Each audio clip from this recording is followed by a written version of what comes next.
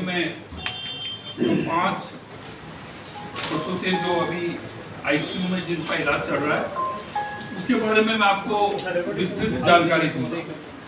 इसको मैं डिवाइड करूंगा। एक तो जब ये लेडीज आई तब क्या सिचुएशन थी और आज क्या सिचुएशन है, और इसके जो इसकी एक समरी मैं दूंगा कि इश्यूज क्या बड़े बड़े इसके अंदर। सबसे पहले जो है कि जैसे ही इसके बाद सबसे पहले मैं एक चीज क्लियर कर, कितनी मोर्टेलिटी हुई वो तो आप रेट का आपको मंगा के देता हूँ। आप ये नहीं कह रहे हो कि भाई इतने पेशेंट्स आते हैं, मान लो 1000 आते हैं उसमें 2 डेथ होती है, 998 दुरुस्त जाते हैं, तो वो नहीं आप बोल रहे हो। आप ऐसे कहते कॉम्प्लिकेटेड केस आ रहा पीबी में, पीएचसी के डॉक्टर्स कितने कॉम्पिटेंट हैं बताइए। पीएचसी में कौन है? एमओ तो लगा रहता है, not a gynaecologist, not a anaesthetist. 27 दवाइयों के सैंपल दिए गए हैं।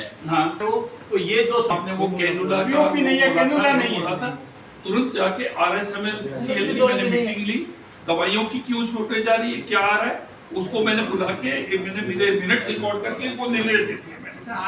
आरएमसीएल से दवाई क्यों कि पीबीएम के अंदर कितने पेशेंट्स आते हैं कोई भी इलाज के लिए, मोर्टेलिटी रेट क्या, कितने ठीक होके जाते हैं, कितने की डेथ होती है, ये नहीं कर बात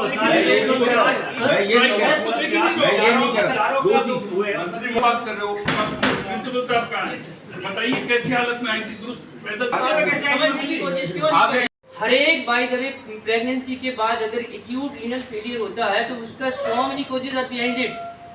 उसमें से मुख्य कारण जो पोस्टमार्टम हेमोरेज रिपोर्टेड है हमारे यहाँ पर, जो हम लोग बता रहे हैं बार बार की 48 to 50 डिग्री सेंटीग्रेड है।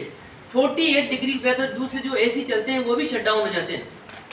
एसी टेम्परेचर के ऊपर जब हमारे गाँव से महिलाएं आ रही है, वो सारी की सारी महिलाएं कहीं ना कहीं किसी न किसी प्रकार से डिहाइड्रेटेड होती है। इवन मैं भी होता हूं, अगर पानी नहीं पीता हूं तो मैं भी डिहाइड्रेटेड होता हूं। लेकिन पीबीएम प्रोफेसर ने तो इन्फेक्शन का बोला था पहले। इन्फेक्शन की जहां तक बात है, इन्फेक्शन की जहां तक बात है, होता है वहां पर। आज भाई जो मेरी स्किन का एक सैंपल लिया जाए तो मिलियन ऑफ बैक्टीरिया यहाँ पे मिलेंगे आपको, मिलियन ऑफ बैक्टीरिया मिलेगा depending on the immune system.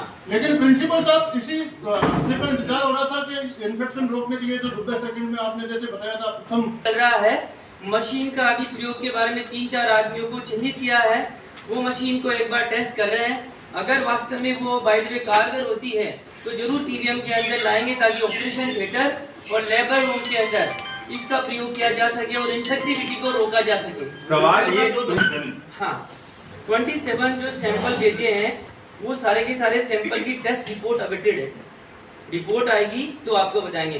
कुछ सैंपल जैसे कि आप दवाई की बात कर रहे हो, ये तो एक मैं लेबर रूम की बात कर रहा हूँ, ये तो साहब हमारे साथ बात कर रहे हैं आपको ऑपरेशन थिएटर की।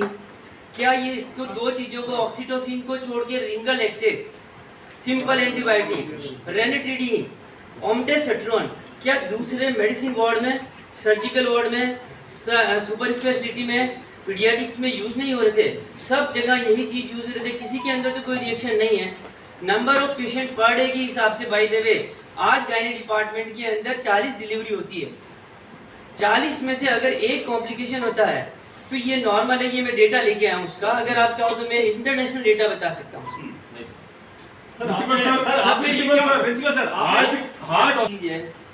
इम्यूनो कॉम्प्रोमाइज इंड्यूसिबल, चाहे डायबिटीज हो, चाहे हाइपरटेंशन हो, चाहे कार्डियक हो, चाहे कैंसर हो, अगर बाय द वे इन्फेक्शन किसी भी आदमी के अंदर किसी भी लेवल पे हो सकता है, उसको आपकी 5 प्रसूता आई हैं। एक 15 जून को जो आई थी वो उसी टाइम कम्युनिटी वेंटिलेटर पे उसको लिया हुआ है, और इसमें आपके सब सिजेरियन नहीं है, आधी जो है आपकी नॉर्मल डिलीवरीज है और स्टेबल है, ठीक है ना। आपको तो अपने को डर होता है जब कोई डेथ होती कुछ होती। एक जो कॉम्प्लिकेटेड केस, अच्छा ये सब सुनिए, ये जितने भी केसेस आए सब रेफर्ड केसेस आए, और सब आप मेडिकल पहले क्या कोई पीएचसी जाता है, सीएचसी जाता है, लोकल डॉक्टर पर जब बिगड़ता जाता है ना फिर आता है डिस्ट्रिक्ट हॉस्पिटल, फिर भी वो वहाँ कंट्रोल से बाहर होता है, फिर आते हैं मेडिकल कॉलेज के अंदर। ये जितने भी केसेस आए थे कॉम्प्लिकेटेड केसेस हैं, और आप मेरे साथ भगवान से ये को दुआ मांगो कि अभी तक पांचों के पांचों जिंदा हैं, उसके अंदर सब सिजेरियन नहीं थे, उसके अंदर एक जो वेंटिलेटर में जो शुरू से जो 15 मई को आई थी। आप एक चीज समझो, ये जो गर्मी पड़ रही है ना, अब ये गांव के लोग नहीं समझते कि हाइड्रेशन किसको कहते हैं। वन मिनट, आप देखो एक बात करो, डिहाइड्रेशन जो होता है वो प्रेगनेंसी में अगर आपका हाइड्रेशन सही नहीं हो तो उसमें वो आपका किडनी पे असर पड़ता है। जितने भी केसेस आए रेफर्ड केसेस आए, रेफर्ड